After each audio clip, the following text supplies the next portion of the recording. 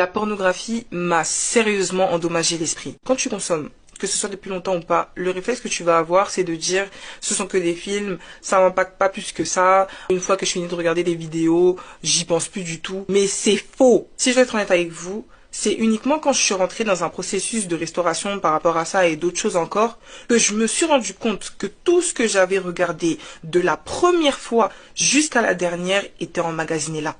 Le problème, c'est pas juste que ça reste bloqué dans la tête.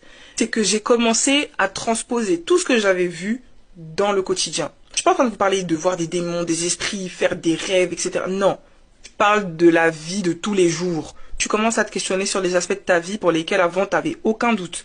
Tu deviens incapable de tenir une discussion avec qui que ce soit sans qu'à un moment donné, des idées commencent à remplir ta tête. Tu commences à vouloir te focaliser sur des projets, ton travail, je sais pas, des devoirs, peu importe. Quel que soit l'endroit où tu te trouves, il y a forcément un moment où dans ta tête, tu vas commencer à imaginer des choses. Je suis pas en train de te parler de juste te souvenir du film que tu as regardé il y a 2 semaines, 24, 48 heures, non. Ton imagination, elle travaille avec tout ce qui t'entoure. Quand tu es seul, elle travaille avec les petites choses, les personnes qui font partie de ton quotidien. Peu importe ce que tu vas commencer à ressentir émotionnellement, de la colère, de la frustration, de la tristesse, même de la fatigue, du découragement, ton seul refuge, ça va être de regarder des vidéos.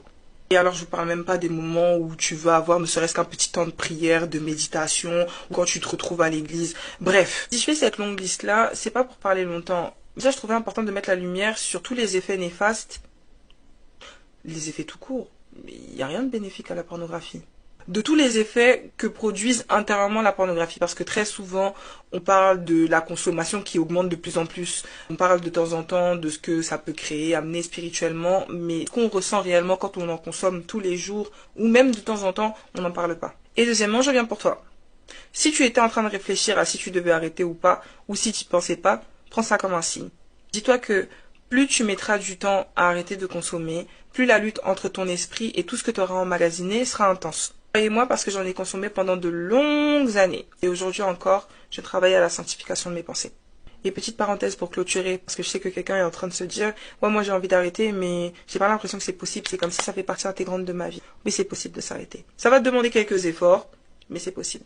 Enfin bref, rien de grave. Fallait juste que je vous alerte un petit peu.